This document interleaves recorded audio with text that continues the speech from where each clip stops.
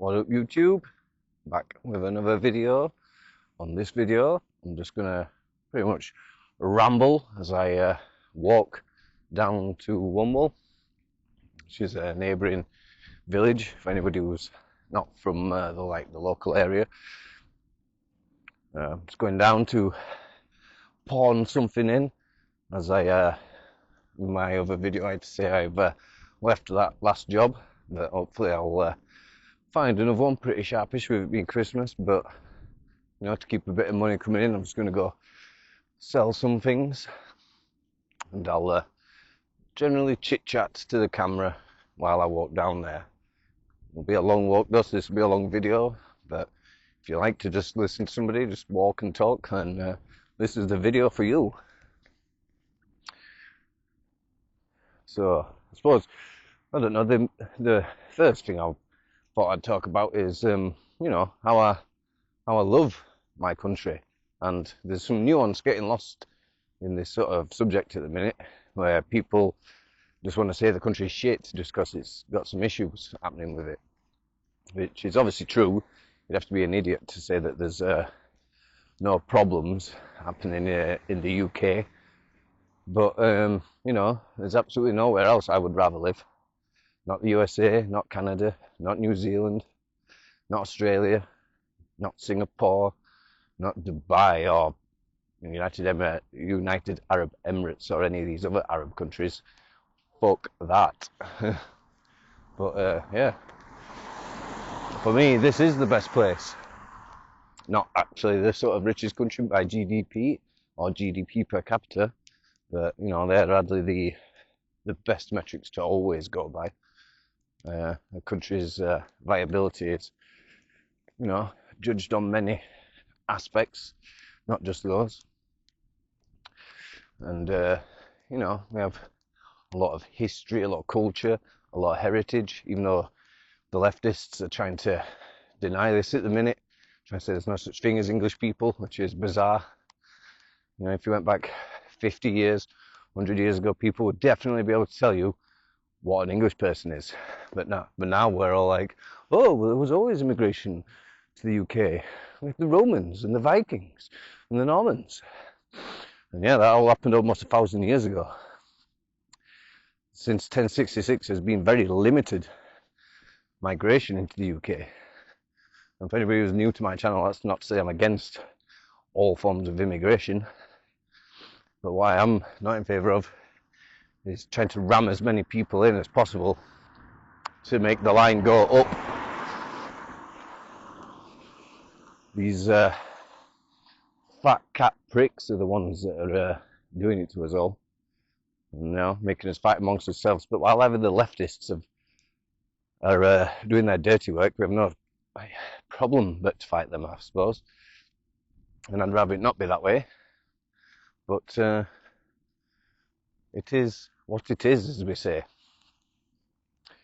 And the only hope I see for it is if the leftists stop believing all this mumbo jumbo that they've been propagandized into believing. Which is interesting because they always try to tell us that we're the ones that have been propagandized. I'm not the one that thinks a woman can become a man, dude.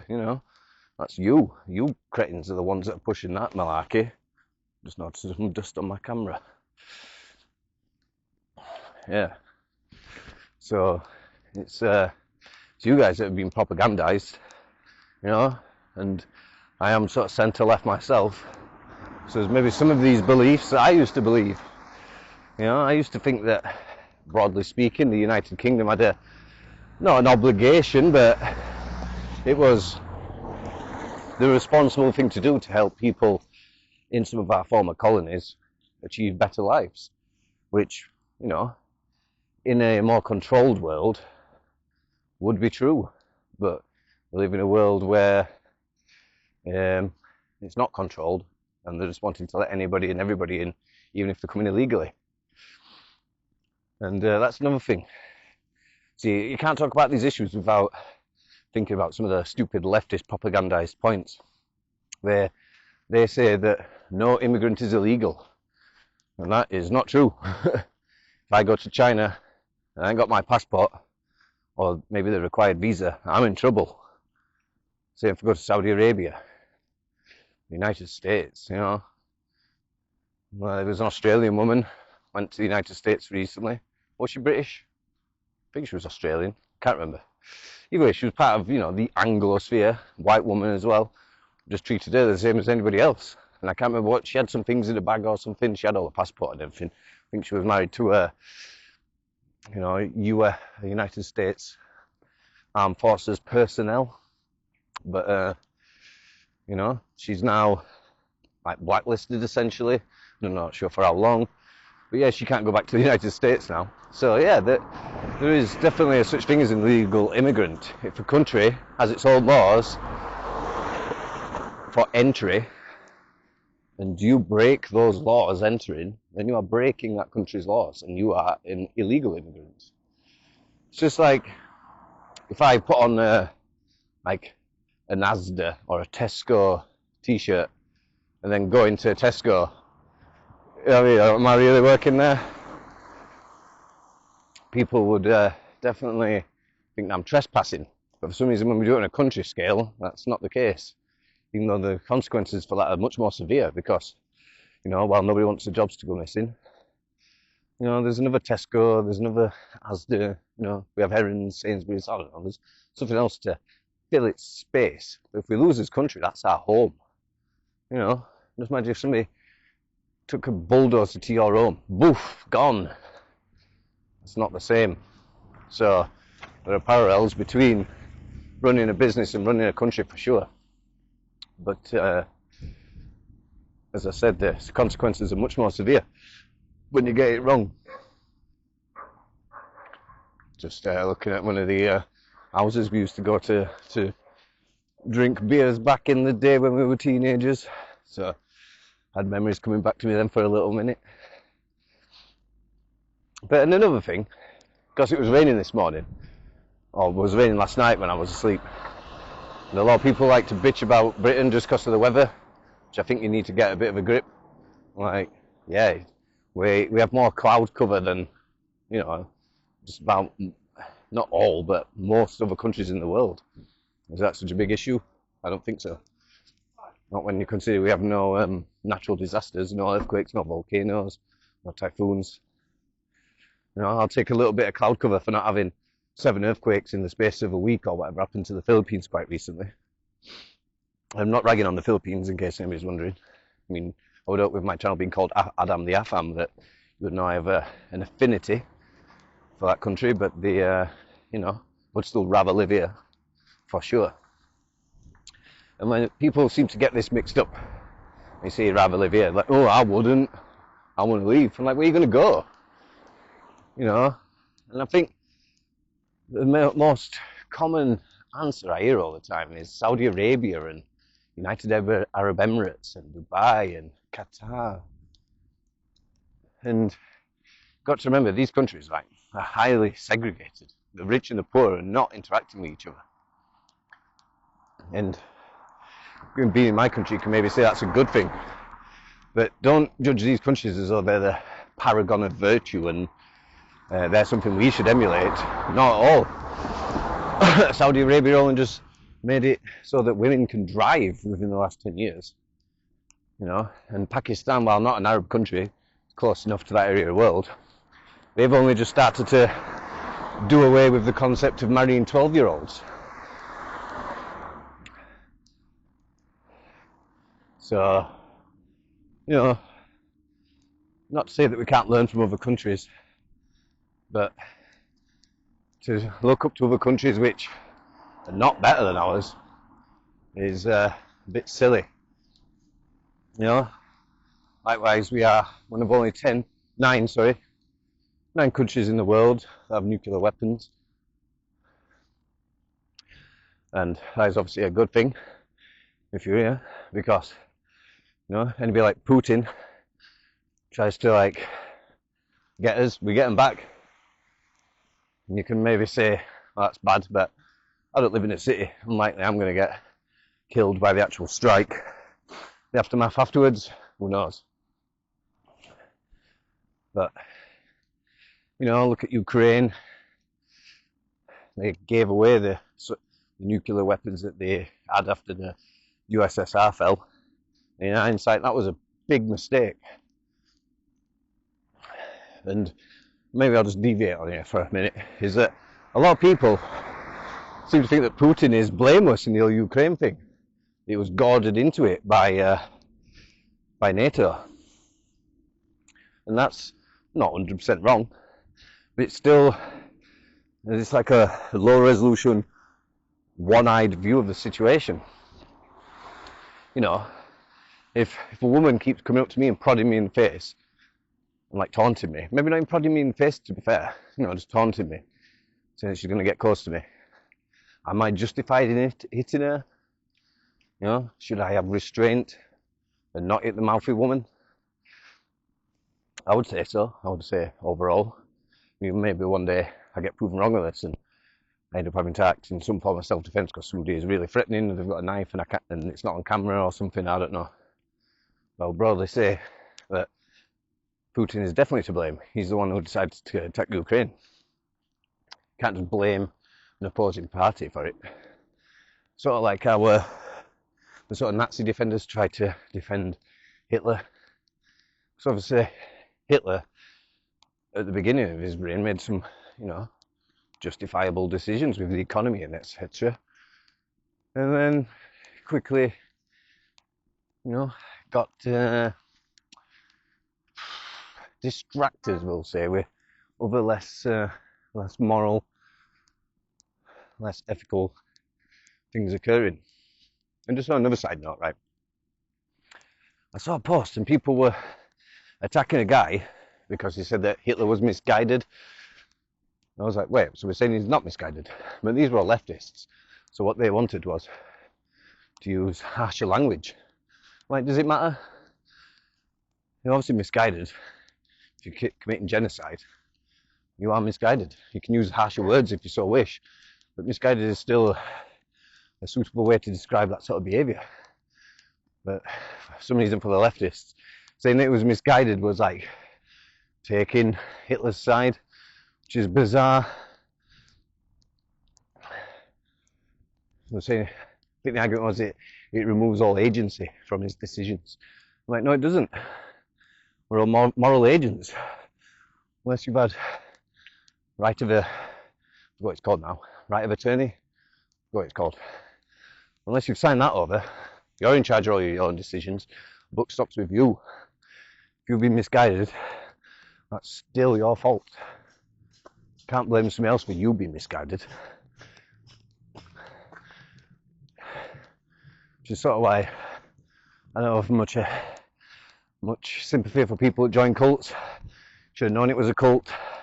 Just seen the warning signs. Should take some accountability for your own decisions. You got pulled into the cult. That's your fault. It's not to say that the cult is innocent, not all. But if you're misguided into believing cockamamie nonsense, then that's your fault. But yeah, I do like living here. Like, not the best view of Yorkshire, as you can see.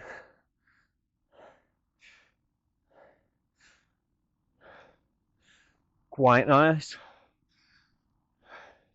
Quite flat out towards that direction though. I mean, it's still hilly compared to the south. But out towards Doncaster way, it does start getting very, very flat. Like, from what I remember, Rotherham, one of the other towns close by, is also very, very flat. There's only certain areas out towards like the sort of Mushroom roundabout area where it's quite hilly. But a lot of Rotherham is really flat as well. Barnsley is not. Barnsley, Sheffield, probably the two hilliest places. Pardon me. I'll broadly say Barnsley is more hilly, i.e. has more hills, but Sheffield has a steeper hill. The steepest hill in South Yorkshire is in Sheffield, but there are parts of Sheffield which are very, very flat still. Whereas in Barnsley, I mean, what, there's maybe Carlton, is that quite flat, I'd say? Uh, still struggling. There's another area I wanted to say. Maybe Abersley as well. That might be flat-ish. Anyway, I'm off topic.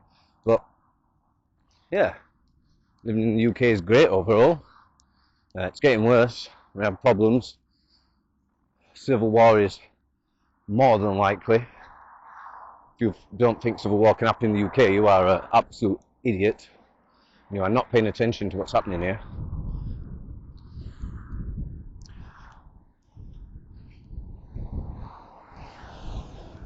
And not the best view again.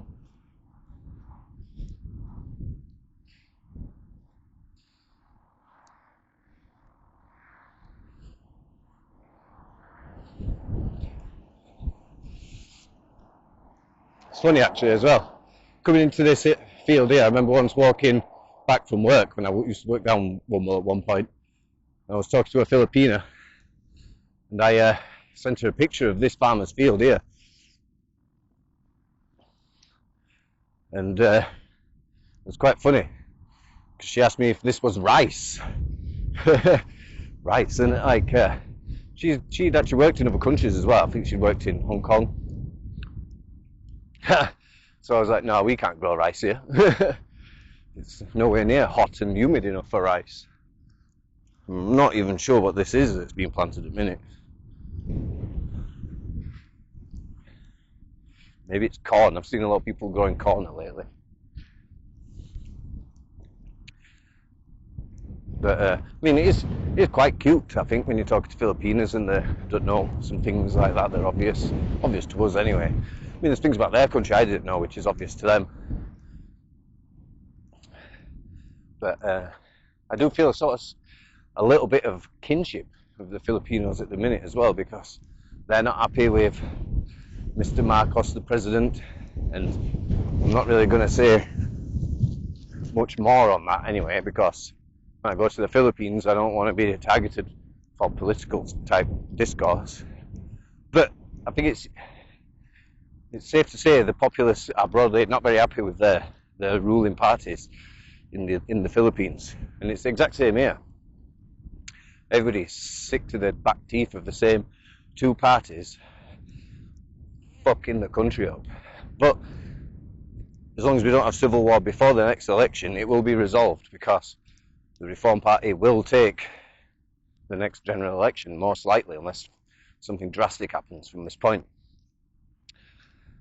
And that's not to say I'm trying to glaze reform. I don't think Nigel Farage can be trusted personally. I think he's going to bungle, and we'll be back at another election in no time. But I might be wrong, it's a long time till then. It's 3 years still. But yeah, I don't particularly trust Farage, to be honest. Yeah, everything that he's been doing. Ben Habib, Rupert Law. Got the wrong Rupert, not even the right nationality or anything. Yeah, I don't have my faith in him. I kind of wish Rupert Law would have been running instead of making his Restore Britain. But Restore Britain looks to be trying to do good work anyway. And like I said, there's a lot he's doing now before the next election. So we'll see on that front. It's a bit hard to talk at length about that because I don't have a crystal ball. I don't know what's going to happen, but hopefully we can resolve this and we can have some kind of sanity where we have some form of immigration, but it's not just like it is at the minute, where it's every Tom, Dick and Harry that wants to come here just can. People can come from poorer countries here easier than I can get to their country, and what's that about? Maybe, if you're going to go down the equality route, it should be equal, which, I suppose if you want to have these cockamamie ideas, yeah, it should be equal. But if anything, it's always easier for people from rich countries to visit poorer countries than vice versa, but for some reason that's been flipped on its head, which I find very bizarre. Let's see if I can try and cross here. This is a bad road to cross. Bad corner there. If you can see it, can't see it, I'm in the way. This is a corner. Look at that. Not a very good place to cross.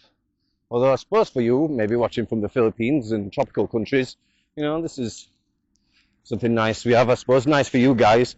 Well, I've only just really thought about it. It's something we take for granted, I think.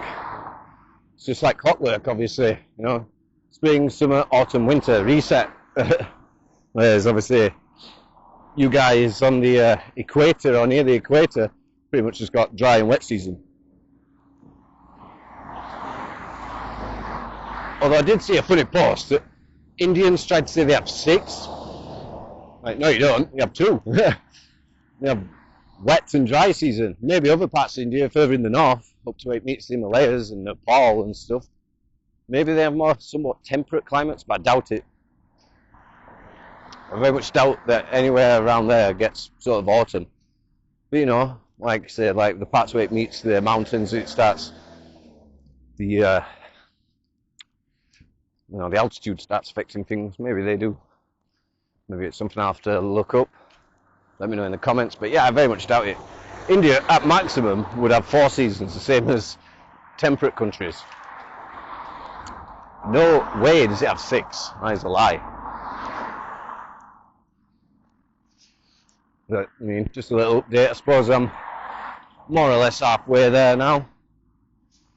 21 minutes on my camera at the minute.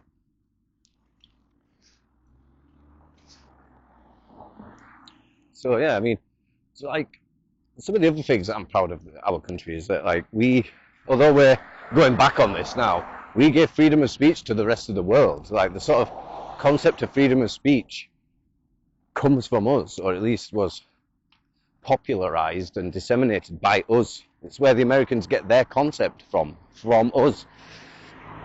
And yet we are undermining it now. You know, English common law, that obviously comes from England, and it's how the USA runs their legal system, Canada, Australia, New Zealand, you know, Malaysia, I think Egypt, I'm not sure about every ex-colony. You know, there's hundreds of them, so it's hard to know exactly which country has done what sometimes. But I have seen Malaysians on Reddit say that they are happy to have been associated with the British Empire and that we did great things for them. You know, and there's a guy I was talking with from Rwanda, and he was saying the same thing, that he really appreciates Great Britain and he loves it here, which is something we need to remember, you know, when we're going to maybe try tackling this immigration issue. We have to sort of remember that there are genuine people in amongst them, and you know, I would say the Christians as well. You know, Christians from Rwanda, South Africa, Nigeria, Philippines, Malaysia. They are, I would say broadly, they're not the ones that are our enemies. They're not. I mean, it's hard to know because police never reveal information about these perpetrators of rape, etc. But it never seems to me that they're Christian. I mean, Axel Rudikabana, or whatever his name is, I think he did come from a Christian background. So he's, you know, evidence against what I'm saying. But he's converted to Islam now. You know what I mean? So, is he a true Christian? You know, I've only really identified as being Christian for just over a month. I'd say I'm more Christian than that prat. Stabbing 3 innocent children. One of them wasn't even English, he was Portuguese. And these animals that, you know, say it's fine because they were English girls, these vermin need hanging, to be honest. Like, I don't know, maybe it's the wariness of the Civil War approaching, and I'm getting more militant now. Feel myself wanting to see my enemies eviscerated. And that's not very Christian of me, and I know that. But as I say, I've only been really Christian for about a month. But yeah, if you are somebody who wishes harm on English people and you're going to cheer on English people, children as well, getting harmed, then I think you're the one that should be harmed, to be honest. I know people will probably say that's hypocritical of me to say, but I'm not calling for violence against people that are just minding their own business, which is what they are doing. And try and use stupid excuses like, oh, but the British Empire though. Yeah, like the British Empire that benefited you, that did great things in the world. You know? Such a stupid excuse. As I've stated in many other videos prior, the whole reason that slavery is not normative and essentially abolished all around the world is because of us. We abolished it. We abolished it in our own colonies, and then we paid France, Portugal, Spain, etc. to abolish it in their own.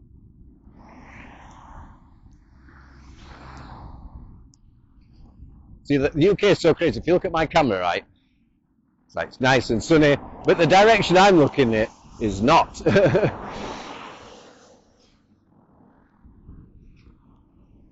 That's the crazy thing with the UK, right? It's like proper crazy weather. Rainy, sunny, it might snow, get some hail, sunny again, rain again, very, very windy, then no wind. So I saw a post recently, right, on the old Facebook, and this woman was saying that she worked in London. She said, I'm sure she said she started teaching or something in January in London. She didn't see the sun until February. That's bullshit. You would see the sun.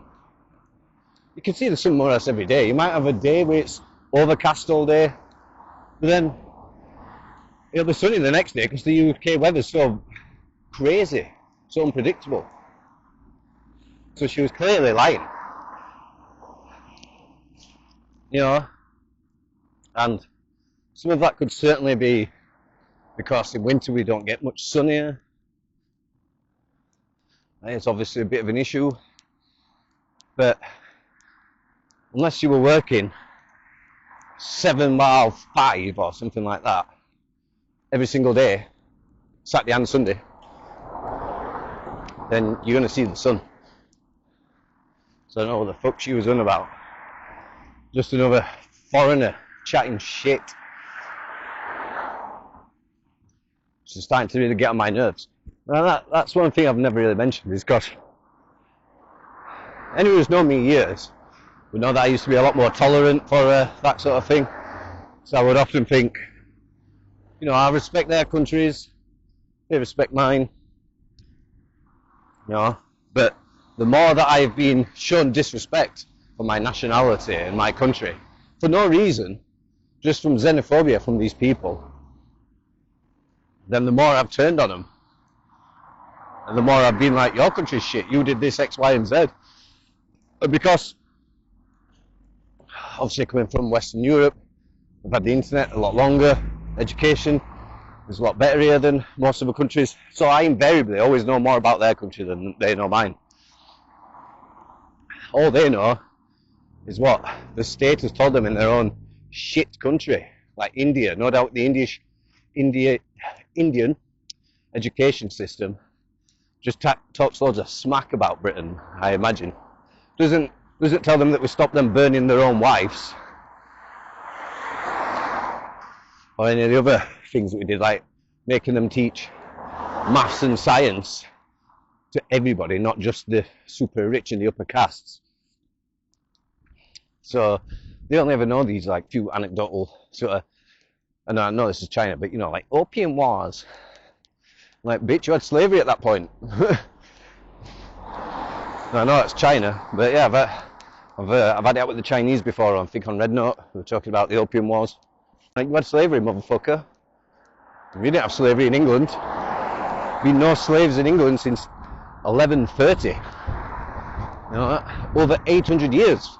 Been no slaves here. You had slaves. So, you know, opium wars, that were bad. You had slavery, that were bad. And then, you know, we'll not ask the Vietnamese, Cambodians, and the Koreans what they think of China. And I suppose, somebody, right, who's been like proper rubbernecking looking around at me as they're driving past, like, watch where you're going, you daft bitch. Walking around with a camera. You know, cameras are as old as cars. You don't see me staring at you because you're driving a car, you fucking weirdo. But I forgot my train of thought now. I was talking about China. And, oh yeah, so what I was also going to say is, the sort of left in our country, they have this idea that all the ethnic minorities all like each other, especially if they live in the same region, which is like the opposite of the reality. And that we're the only ones that go around messing shit up. Right, none of China's neighbours like China. And it doesn't seem like anybody that's close to Korea likes Korea either. And I get that sort of impression about Japan as well. Like, the Chinese don't like the Japanese, the Koreans don't like the Japanese, you know, the Cambodians, Vietnamese, Filipinos broadly don't like the Japanese. And I was trying to tell this to you know, some white dickhead that's been on holiday a few times to Japan. Thinks that he's you know, worldwide because he's a tourist. That, yeah, it's for historical reasons, right? And we in the West would see that as incredibly petty. They're like, oh, who gives a shit what happened over 100 years ago? But the Asians aren't like that. They're incredibly susceptible to groupthink. You know, that's the thing I found on Red Note, is that people would always see me for my nationality. And it doesn't matter if you like or hate where you live. In fact, it's probably worse if you hate where you live, because if you hate your country, that's cringe to these people, to the Japanese, the Chinese, the, you know, anybody else. It's only us white Europeans that seem to think that it's a good thing to hate our own country, and it's not. Everybody else just thinks it's cringe. So it's better if you are a nationalist, but when you're on some of these apps sometimes, like I said with Red Note, you have to go out and bat for your team, even if you're not discussing that. Could be discussing something else. You're like, oh, well, Britain did blah, blah, blah, or British blah, blah, blah. So you have to go out and bat for your team all the time, because they can only see you as part of that team. Because, like I said, Asians, Chinese, Japanese, Koreans, Thais, Indonesians, are all very prone to groupthink. And that is part of their face culture, or, like I say, their version of face. Because we have a different version of face in the UK and Europe. We're very straight talkers. You know, if you lie to somebody, you lose face.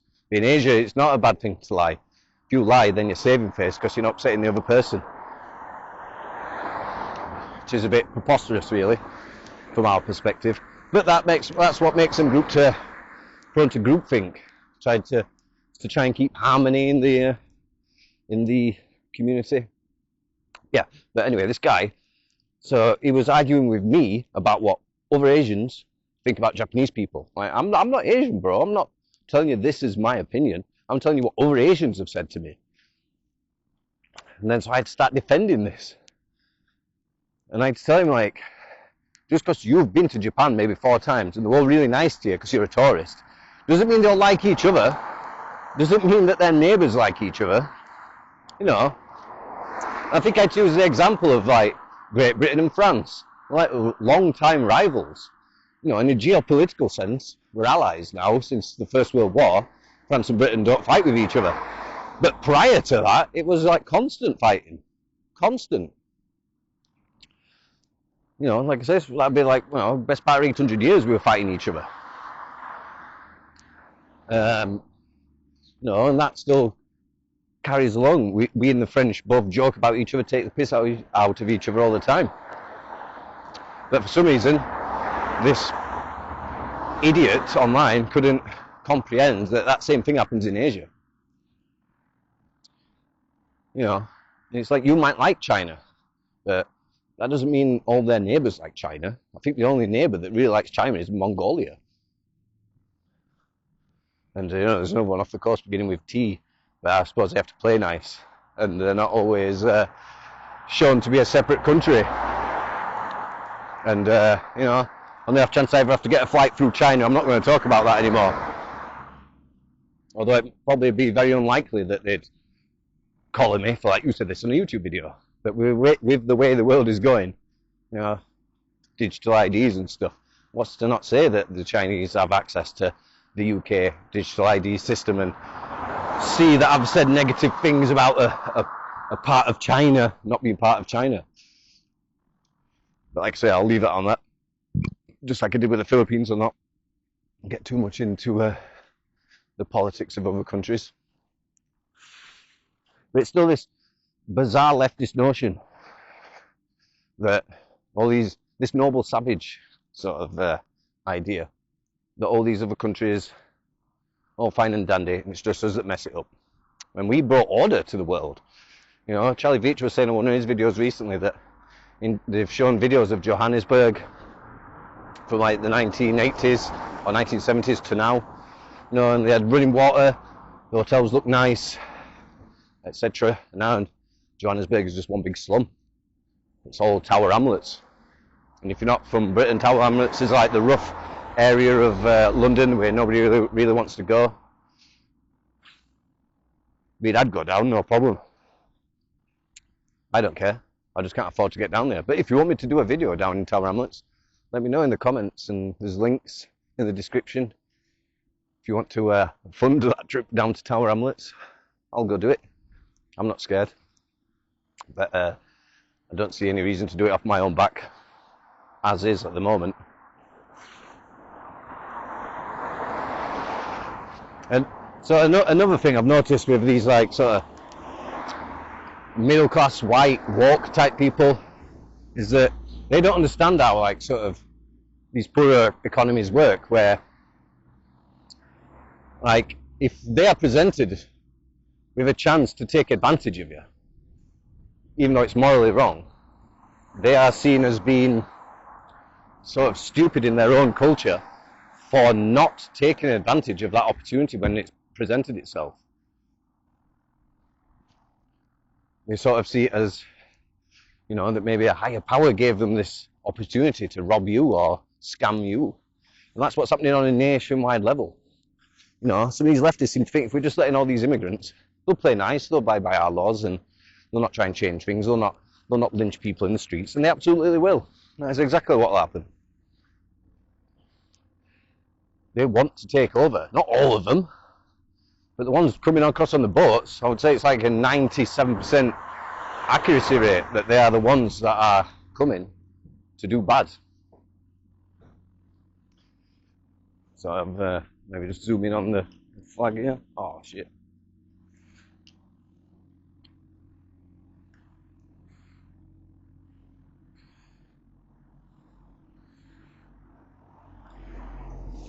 No, I can't really see it. There you go. No, they want to take down that flag. They want to put up another flag.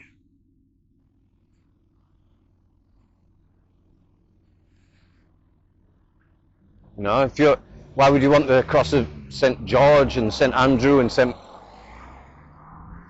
Patrick all being displayed? Saints of the Christian faith.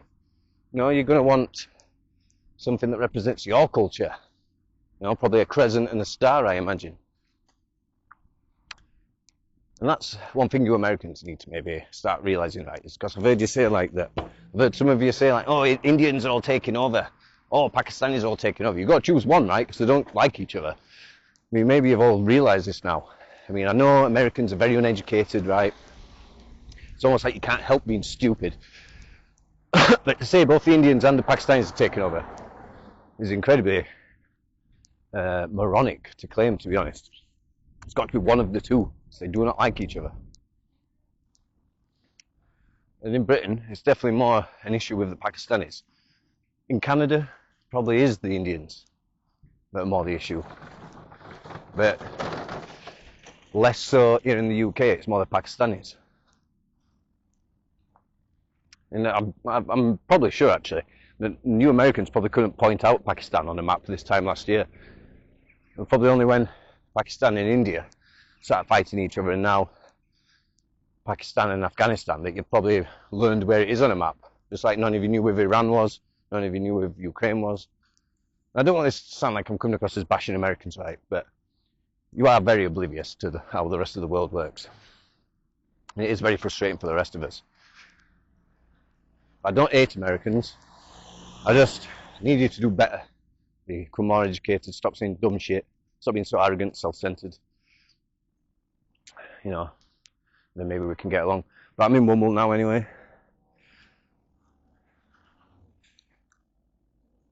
So I'll end the video here for now. I'm not going to walk down the high street filming.